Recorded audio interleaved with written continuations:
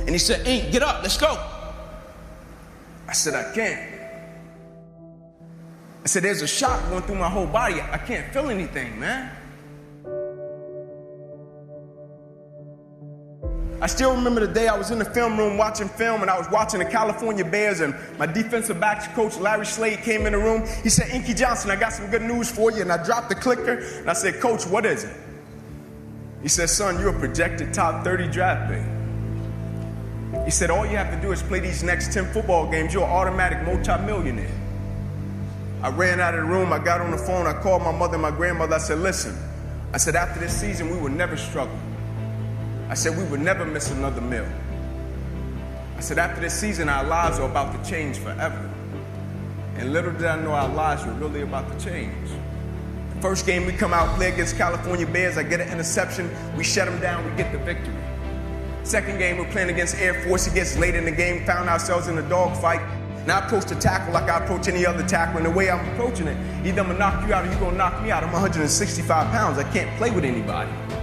But at the point of contact, when I hit this guy, something different happened that had never happened to me before in my life. I hit him, and it seemed as if every breath in my body left.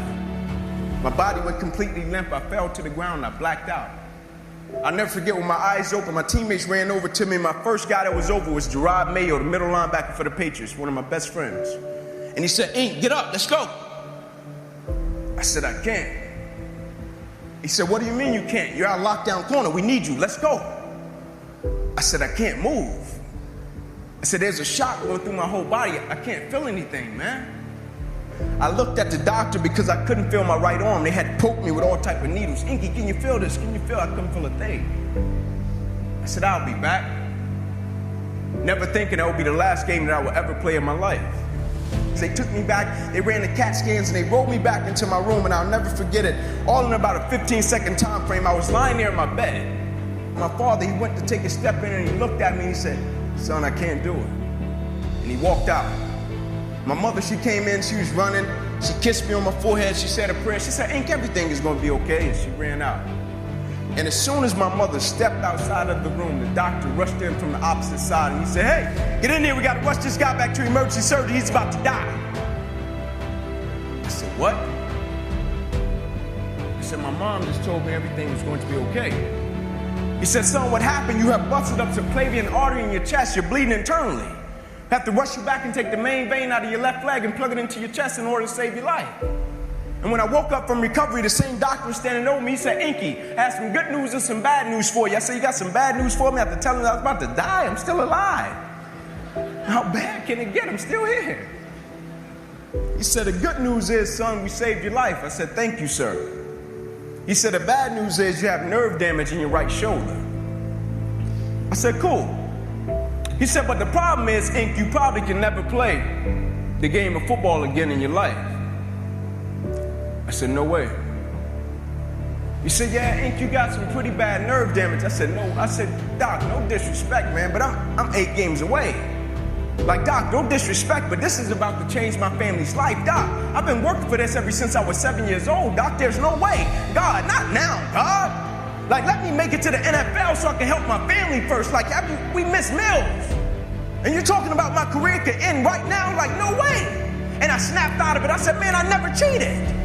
I said, there's no way. I never cheated. I never cheated myself. I gave everything I had to it, and I respected it. I never cheated. There's no way that my career can be over. I said, send me up to the Mayo Clinic. And after several visits, I'll never forget, this is when reality set in. It was me, my mother, my father in the room, and the doctors came in. They said, Inky Johnson, here's the deal. They said, son, we hate to tell you, but your arm, it will never be the same again. Your hand, it will never be the same again. Son, you can never play the game of football again. They said, son, here are your surgery options. We could take a muscle out of the back of your left leg, plug it into your right arm, but there's a possibility that you'll be left with a weak left leg and a weak right arm the rest of your life. Or we could take a nerve out of your left arm, reroute it up to your chest, down into your right arm, but there's a possibility that you'll be left with 2 weak arms the rest of your life. Or we could take a nerve out of your left rib, reroute it up to your chest, down into your right arm, but there's a possibility that you'll be left with a breathing problem and a weak right arm the rest of your life. By the way, tell us what you want to do in the morning. And the next morning, I walked into the doctor's office. They said, son, what option did you choose? I said, no disrespect to you, doc. I'm not choosing an option. My situation is out of your hands. I said, no disrespect to you, doc. Cut me where you got to cut me. As I stand right here on this stage before you today, they cut me 6 times down my left thigh. They cut me 2 times across my right rib. They cut me 2 times across my right pec. They cut me 1 time across the left side of my neck, 1 time across the right side of my neck. They cut me from the bottom of my armpit all the way down to the bottom of my hand. And after they got through cutting on me, they said, son, you're gonna be in this hospital for the next 40 days. I walked out of the hospital on the 3rd day. They said, you broke a record. How did you do it?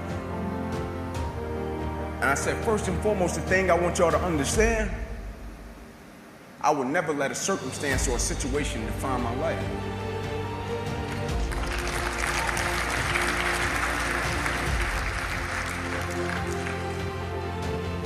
I had been working my whole life.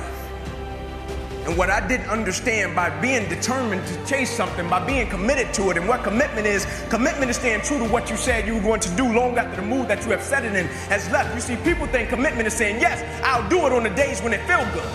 But I have been committed to everything that I ever started in my life, and I never stopped and I never quit it. And so by being committed to everything that I started, I finished it. It built a certain type of spirit. It built a certain type of mentality. It built a certain type of individual. And so now I couldn't quit even if I wanted to. I couldn't lay in the bed even if I wanted to. I couldn't stop even if I wanted to. I had too much sweat equity in my life and everything that I was doing. Because I understood my existence wasn't about me. I went from me to we a long time ago. I understood the process is more important than the product. It wasn't about the outcome for me. Whether I made it to the NFL or not, that was inconsequential in God's plan for my life. But I was going to fall in love with that process, because I understood by falling in love with that process, it was going to turn me into a machine.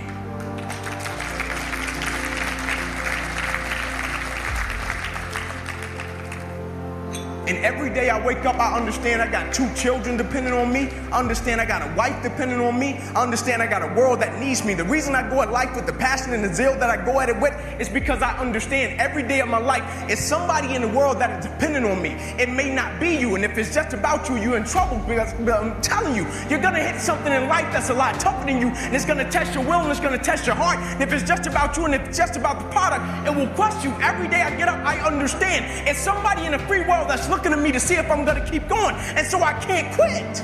And so I went back to school the next week after they had just saved my life. I was back in class. I had to learn how to write all over again. I had to learn how to walk all over again. I had to learn how to tie my shoe all over again. I had to learn how to bathe all over again. I had to learn how to live life all over again. Never one time did I say, let me go home, I need a break. And they came to me and they said, Inky, go home. We know how much the game of football meant to you. I said, yeah, you know how much the game of football meant to me, but you don't know how much life means to me. You see, the thing we have to understand about everything that we're a part of, first and foremost, it's a blessing by God. And when it's a blessing, you can't help but to give everything you got to it. My life got saved. I got spared my life. Almost died. The doctor came to me on the field. He was on one knee and he grabbed my wrist and he said, son, you don't have a pulse. I don't even know how you're still living. And my last doctor visit, they came to me and they said, sorry, Inky Johnson, you will never be able to use this arm or hand again in your life. I said, no disrespect to you, doc, but I will use this arm and this hand every day for the rest of my life by the way that I live my life. Every day I'm going to impact someone's life. Every day I'm going to empower someone. Every day I'm going to inspire someone. Every day I'm going to encourage someone.